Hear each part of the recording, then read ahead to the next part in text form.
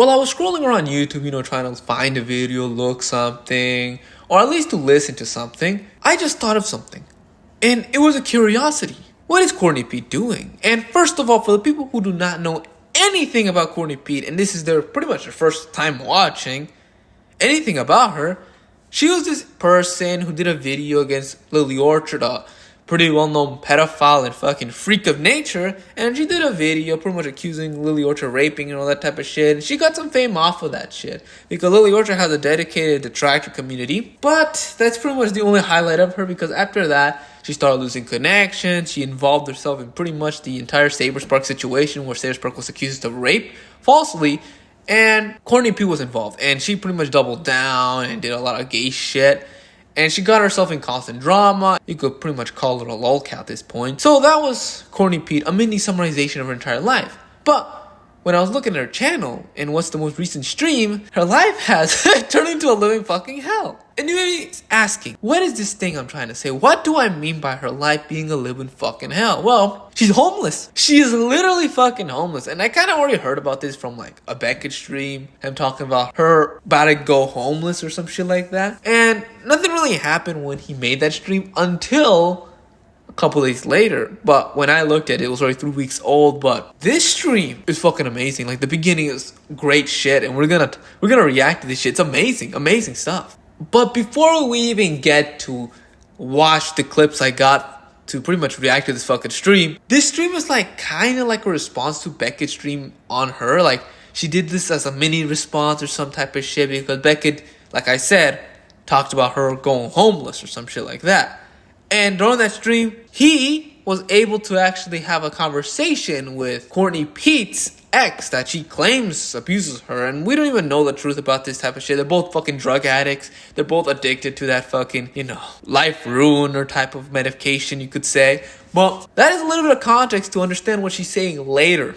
Because I don't want to be saying that in the middle of the fucking, reaction to this shit. So at least you guys know. Okay? But let's start watching this, and I will leave the beginning, like the first minute of it, to like show you how this stream actually fucking begins, okay? But let's start watching this fucking shit. Oh, I've never been live from my phone before.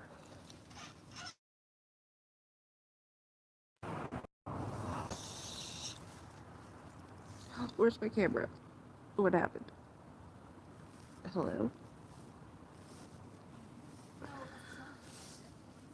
Where'd my camera go? What happened?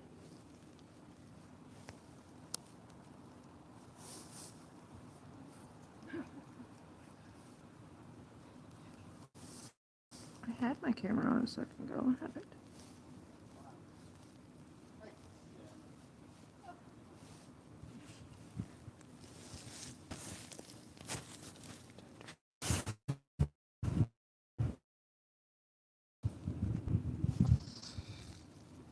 How am I? I'm cold. I don't figure out why my camera. There we go. I'm cold. I'm outside smoking right now. I'm about to go back inside, but can you guys hear me okay? I don't know if it's picking up my phone mic or my headphone mic. I've never done live from my phone before.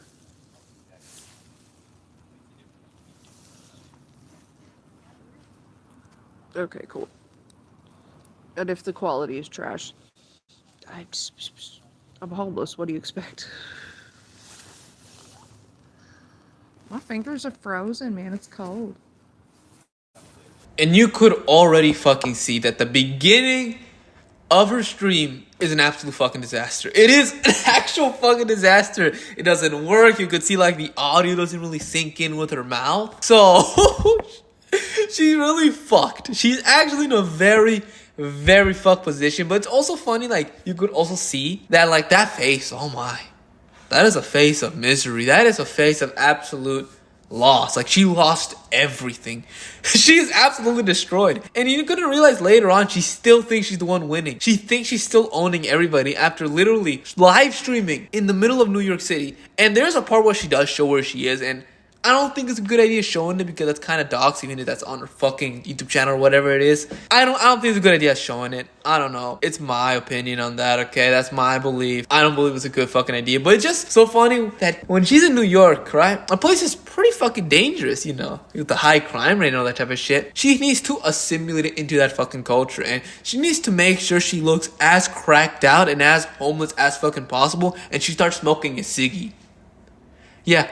She's smoking a ciggy. She's really getting cultured. She's starting to get the American culture here.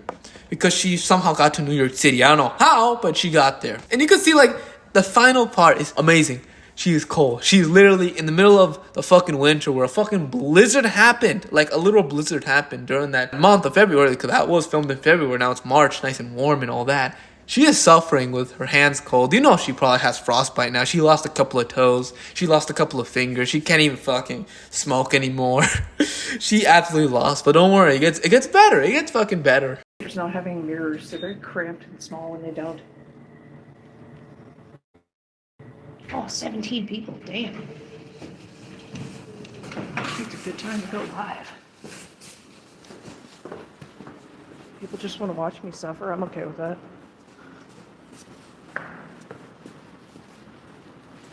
Well, 3 of them are Beckett, so one of them's probably the ex. Now I get to be that awkward bitch that fucking talks to her phone. This is actually fucking hilarious. 17 fucking views in her fucking stream is literally like impressive numbers. It's the highest number she has ever gone because when I showed up in her streams, they're pretty fucking like 10, 5 fucking viewers. And it's just the same 2 people in the fucking chat, like, you know, the last guardians of the Courtney Peet, like the Courtney Peet guardians. They're like the guardian angels of New York, but this time for Courtney Peet. Like, they're there, and she's impressed that she has 17 fucking viewers. Maybe we should do more IRL homeless streets. You should start doing, like, the Ice Poseidon shit, the Baked Alaskas, you know. You should start doing the IP2 shit. Like, you're gonna start, like, go and walk around the street, get people to donate you while, like, live music plays for what, you know, how much money people donate for. Like, you should start doing that shit. That would be absolute amazing content. The IRL homeless Courtney Peet arc will be fucking beautiful. And don't worry, she's gonna mention a lot more about her ex and Beckett. And it's kind of funny how I misunderstood her when she said ex. I thought she said the eggs are watching. Like, what the fuck does she mean by that? But no, she said her ex. But like the phone call is pretty bad. It's really bad, but it's funny. It's really fucking funny. I've started tattooing my other hand. And the reason why I showed this clip specifically of her showing her tattoos is that she has, like, shitty ass fucking tattoos. Like, even the one that you saw from the clip, like, you could see how swollen it looks. It looks really fucking bad. And you may be saying, like, wait a minute, I don't think any professional would do a tattoo like this or make it look this fucking bad. Or make her finger look that swollen. Well, because she's not getting this from an actual tattoo artist. No. That's too expensive for her. She's homeless in New York City. She brought along her fucking tattoo kit. She actually has a tattoo kit and tattooing herself these tattoos. And I could show you a couple of pictures of what they look like. Like, one of them looks like a fucking penis. But I don't get it why, like, these white women love putting themselves, like, shitty tattoos. Love giving themselves these shitty tattoos. Like, Anisha Jama does pretty much the exact same shit. Like, I don't get it. It literally looks like shit. It doesn't look good. It looks awful. Well, unless if she's trying to get that homeless aesthetic. Maybe she really does want to look like a crack addict. Like, look at her. She literally looks like a gremlin crack addict.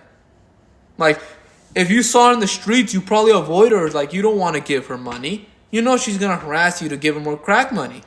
The chat's very quiet for 11 people being here. It's funny how, like, in the first 10 minutes of her stream, she already lost 6 viewers. And she is questioning, like, why is my 11-view stream so silent? Why is it so quiet? Probably because it has 11 fucking viewers.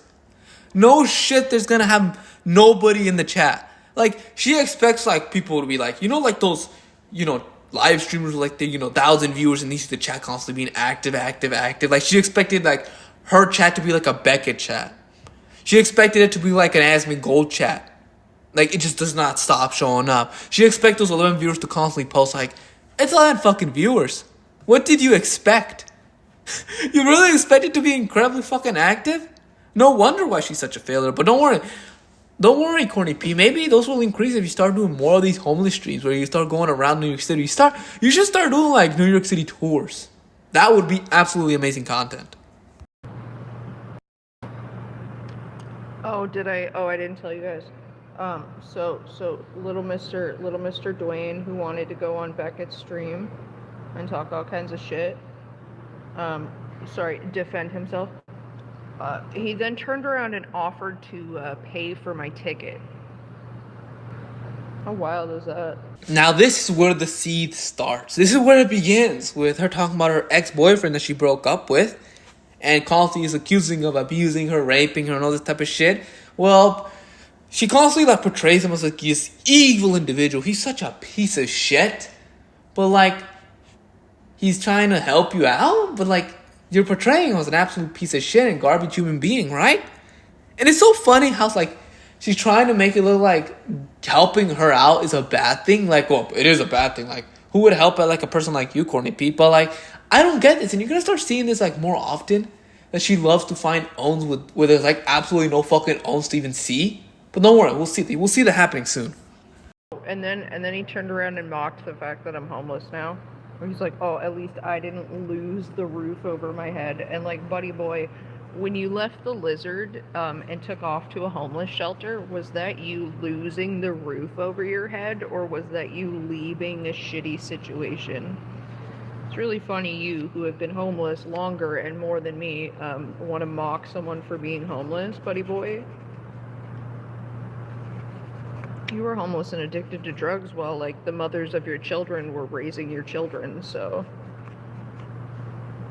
maybe you should check yourself. But I mean, hey, that's why you don't get knocked up by an addict, right? Oh yeah, because Becky and his crowd always wanted to speculate on my drugs and everything. Meanwhile, they're buddying up with an ex-PCP addict.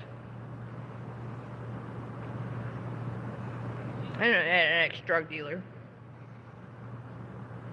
Not that I give a shit, but I mean, we may as well hold him to the same standards they want to hold me to.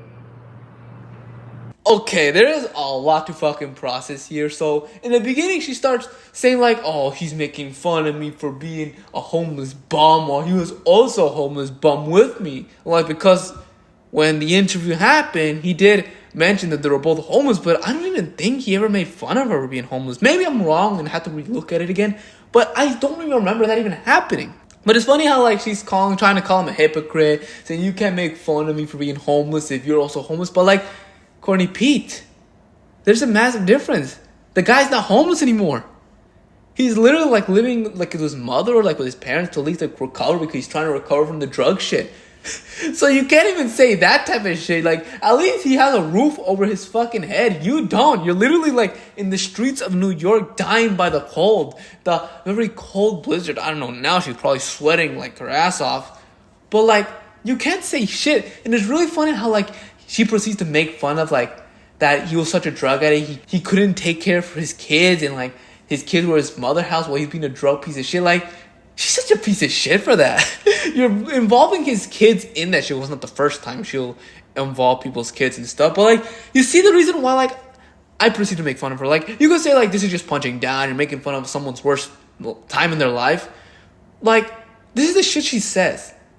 You see why I feel no sympathy? Because I remember she proceeds to say like she thought it was an amazing thing. You know, so happy seeing Charlie Kirk's kids see their own father die. Like, this is the shit that she has said with no regret. So, in the end, it feels good punching down on someone in their lowest point of their life, because it's funny. It's absolutely fucking funny. And it's funny how she also complains like, oh, why are they talking about my drug usage and all this type of shit? Why are they talking about it, bro? Like, you're also a drug addict, boyfriend, ex-boyfriend, whatever she says. And like, first of all, when people talk about your drug usage, it's because you mention it. You constantly talk about it. Even in your older streams, you would always talk about how you use weed and even smoke weed on camera. But you're complaining about why they make fun of you for using drugs or why people talk about it. You use it, and you can't even shit on him because you're doing the exact same shit, trying to shit on the boyfriend for also doing drugs. You're doing it too. You're probably doing it now. Oh, don't forget it. She admits to some pretty interesting shit later about this same topic, but don't worry, we'll get there when we fucking get there. He wanted to try to brag to me that The internet thinks that he's wholesome. Yeah, a bunch of people that think raping girls is okay think you're wholesome. That's not a flex, bro. It's like saying Jeffrey Epstein thinks you're a good guy. So now the claim she's trying to do is that, like, they were having a text conversation after, he did the interview with Beckett.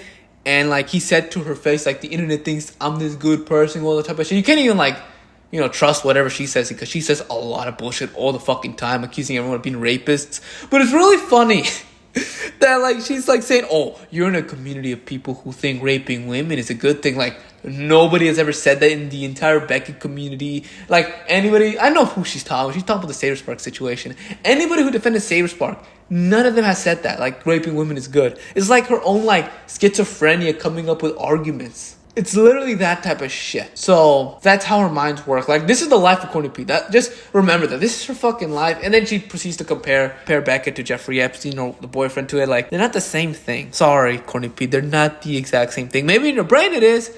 Maybe in also your Butt Buddy Brony fandom or KP it is. But it's not the exact same thing. Sorry.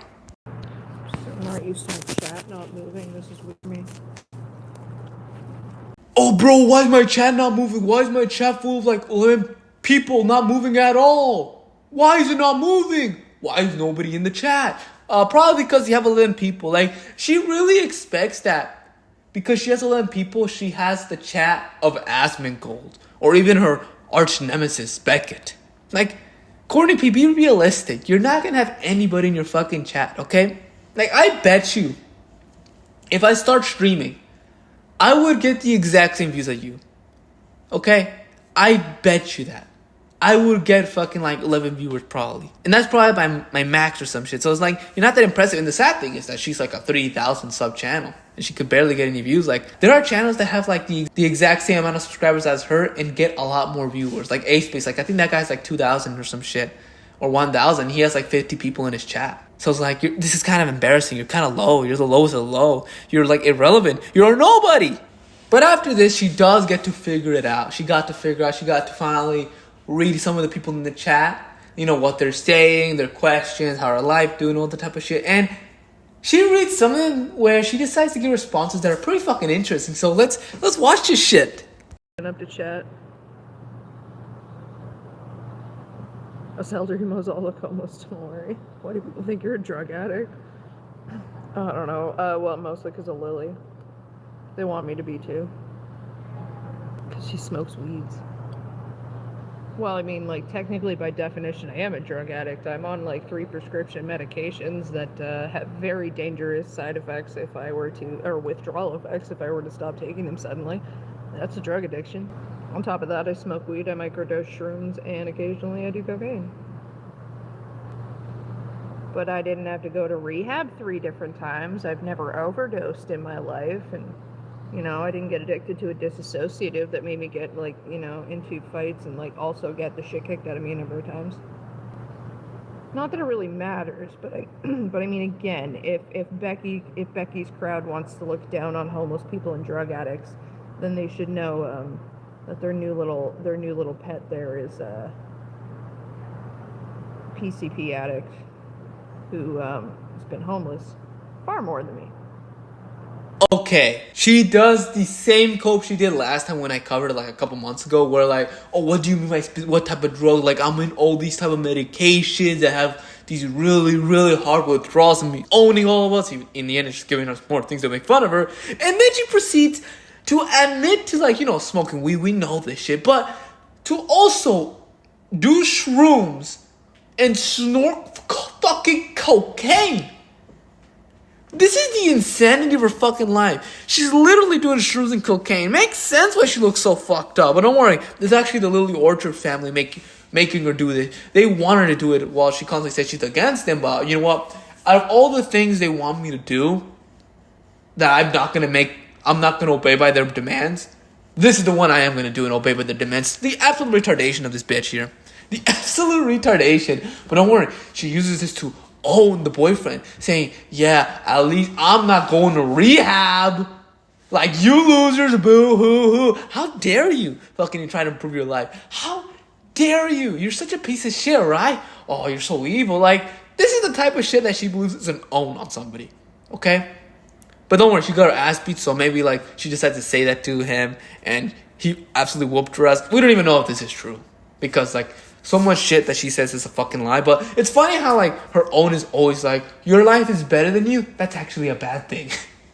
She really believes she's owning the troll. She's owning her detractor. She's owning her boyfriend. Yeah. Improving your life is a bad thing, you know that, right? It's a bad fucking thing. Yeah, no, I find that really funny. Where it's like, oh, drugs bad, drug addicts bad, but you know, when it's a drug addict who, former drug addict in recovery, whatever you want to call it, who is on our side, then we'll ignore it conveniently. And you know, homelessness bad, homelessness mock, haha, homelessness. Coming from the man who's was like homeless for like years straight. I don't understand the hate for drug addicts unless they're like stealing from you or whatever. I mean, everybody has their fucking opinions. I don't have high opinions of skin poppers, but it's not the point isn't like that specifically. It's the hypocrisy. It's the it's bad when it's sorry, I'm trying to like situate my phone so that I'm not fucking with the charger. It's bad when it's me, but when it's not me, suddenly it's a thing we can overlook. You know, like the whole you shouldn't wish bad things on people, and then they come into my chat going, you should move in with a rapist. Like, okay.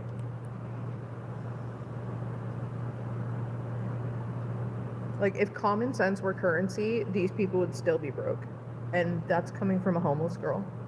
It's so funny how she starts doing the, why are they making fun of me for being a drug addict? My ex-boyfriend also did drugs. Why don't you make fun of him? But, like, from what we're aware of, he doesn't do it anymore. He's recovering from that shit because he wants to focus on his kids. He wants to focus on an actual life than just being some miserable bitch in the middle of New York. That is the massive difference. It's not because, like, he's the good one. It's not because, like, this and that. It's because he fucking recovered. That's when no one makes fun of him. And if he didn't recover and he's still doing it, it's completely fine making fun of the guy. Okay?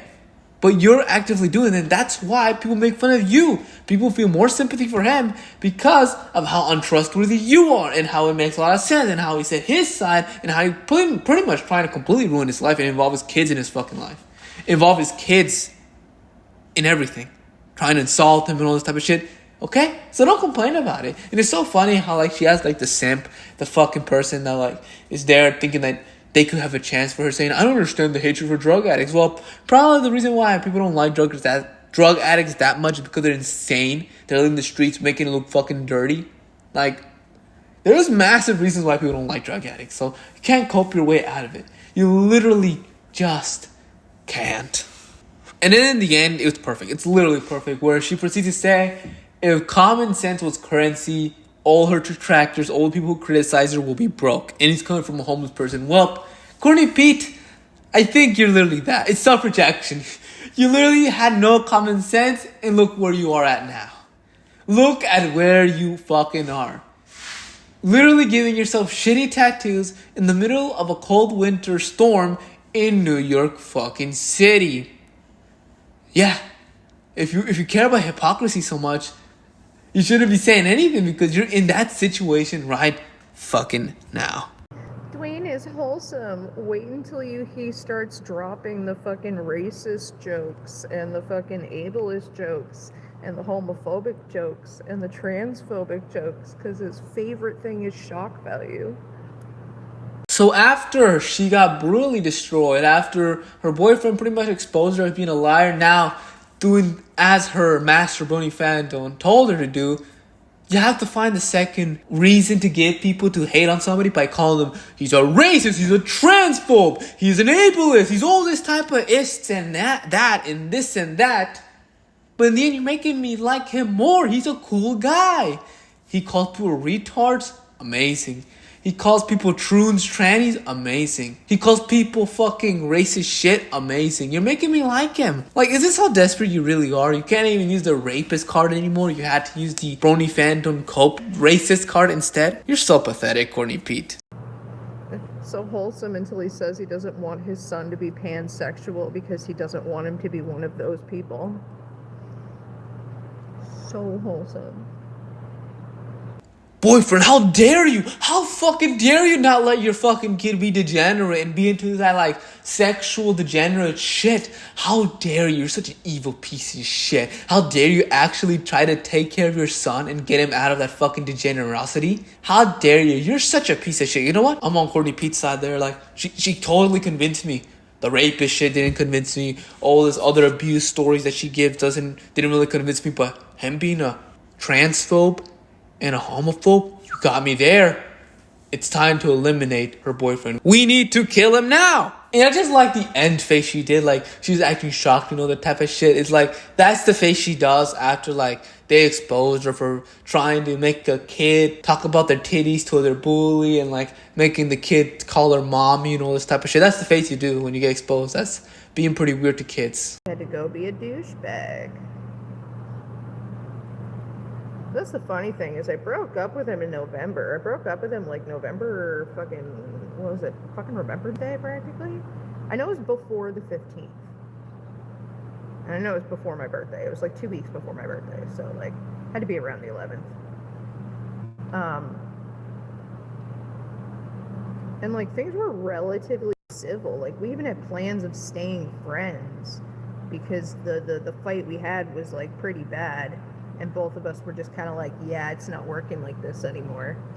That's why I ended up fucking staying there for like a whole extra, like a month and a half after I broke up with him, was because fucking he offered to let me stay so I didn't have to fuck myself over figuring things out, and we were gonna like, stay amicable. And then the whole fucking shower thing happened, and then I dipped. And at that point, I was like, oh, you're dead to me now. Because I even told him when I first broke up with him, he was like, oh, because when we inevitably talked about it, he's like, so there's no fixing this, huh? And I'm like, oh, no, absolutely not. Like, there was a threshold. There was a threshold that was crossed that I wasn't willing to go back from. And then, like, I even said something along the lines of, like, I'm not gonna, like, I'd rather end this while I still like appreciate what it was. Like I'm not gonna like, I don't want to let you make me hate you. And then he turned around and made me hate him anyway, so. Which is funny because every time I broke up with my ex-husband but we still lived together, we ended up fucking, not fighting.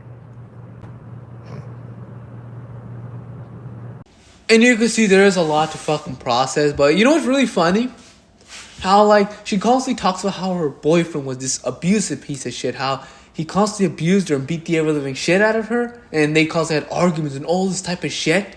But, like, when the stories that she mentions about him, he kind of seems like a reasonable guy. Like, he kind of seems like he wanted to help her. And he still tried to do something to not make her, like, go in the street. And even in the interview that Beckett had with him, that's what I got from him. And that's why I don't really believe her stories. It just doesn't make any fucking sense. If he was just like this abusive piece of shit, he wouldn't do any of this. He would just kick her the fuck out. Maybe I'm wrong, but that just doesn't make any fucking sense. It literally doesn't. And then she mentioned this shower story that I don't even know anything about. Is there another Parlo and internet adjacent shit where like they both took each other's showers or forced each other to take a shower? I don't know, whatever that shit is what she's mentioning. But like the last part that she says, the last thing that she fucking says is talking about her ex-husband, where every single time they had an argument, every time they beating each other's asses, they both have rough sex. They have the hate sex. They both start fucking each other. Like, why would you mention this piece of information? Like, are you trying to say like you have more sex with your abusive husband than your supposedly abusive boyfriend? And it's funny, she smiles in the end. She knows. She's like, those are great memories. That was me at my prime or some shit like that. Like, imagine fucking Courtney Peet. Like the Great Wall of China titties that she fucking has, and she literally has no fucking ass or some shit like that. Imagine like fucking the crack addicted pussy. that has to be the most grossest thing you could ever fuck. And like, anybody who tries to fuck her, like, low lives, degenerates, like, even her fucking boyfriend, as much as, like, I actually like the guy, like, from what I've seen, like, he's low life. He's literally chasing around for this pussy. So he's kind of like a fucking simp. He is simping for her. Like, maybe he really cares about her. Maybe he really does. But I just think he's a fucking simp. But yeah, after this, like, she does constantly seethe about them. And it's just repeating the same shit and the same shit. And there's a lot of dead air. Like, I had to edit out a bunch of dead air trying to get these clips. But after that, she just tattoos her hands the entire stream. Like, literally talking about whatever. Anything else. Which is so funny how, like, she's literally in New York fucking City. And instead of focusing, like, on trying to survive or trying to get money or trying to beg for money in New York City, no. She proceeds to turn on a stream and start seething about her enemies. Not even saying like, hey, donate right now. Give me money. Let's survive this shit. We're in New York City. We're homeless. We're tattooing ourselves looking like crack bitches. Let's donate to make me get a house or a hotel room in New York fucking City. Let's fucking go. Like, nah, she doesn't do that. She's like boring. She's like doing her tattoos in her hand. Like, it would be amazing if she started doing IRL. Which is so funny. Like, you want to be homeless in New York fucking City, a place that has really, really fucking expensive housing, and that's where you decide to go to. The absolute retardation with this woman. Like, at least she has some willpower. At least she has absolute fucking willpower. Like, if I was in this fucking situation, I'd just fucking give up on life. No, she's still continuing her life after all this shit, literally being homeless, literally being cold, and she's still continuing. She's still going on. She's a strong warrior. And that's from 3 weeks ago. And she did do a recent post where she's saying, I'm fine, I'm okay, I'm this and that. Like, it doesn't really matter. It's just really funny she proceeded to do a homeless stream. This is the life of Courtney Peet. This is her fucking life. She caused this to herself. Because, like, they probably still people like saying, this is just too mean. You're punching down. You're a piece of shit and all this type of... No, she did this to herself. Any connection she had to literally cut it. She had to accuse multiple people of rape without any evidence. Constantly called Beckett a pedophile rapist. Constantly saying it's funny when her enemy's kids are literally crying about their father dying. Like, this is who Courtney Peet is. And you could feel bad about her upbringing. Like, I do feel bad. I believe she was neglected. She was pretty much abused as a child. And she went through some pretty horrific shit. But, like, in the end of the day, like, I don't feel bad for the person who she has become. Like, you could feel bad for the kid she was, but not for the person who she become. And this is the person who she has become. This person that constantly has a victim complex, believes she's a victim 24/7, she believes she's tough and all this type of shit. But in reality, inside of her, she's just a really scared kid. Okay, that's who she really is. But she's just a piece of shit. So, what is the conclusion of this fucking video? Well, she's homeless. She lost. She absolutely fucking lost. And everyone is laughing at her literally being homeless in New York fucking City. Well, now it's probably hustle. She's probably dying from the fucking heat. But that is the conclusion. I hope you start fucking liking this video. Subscribe to Mrs. Army Army. Let's get to 501,000 subs. Let's get to the highest sub possible. Let's get to higher numbers than China. Leave a comment. You could leave whatever comment you want. You could put a negative one saying you're a piece of shit for making fun of homeless people. Or put a positive one saying, you know what? This is actually pretty fucking funny. And I hope all you guys have a really great March. A really great fucking day. And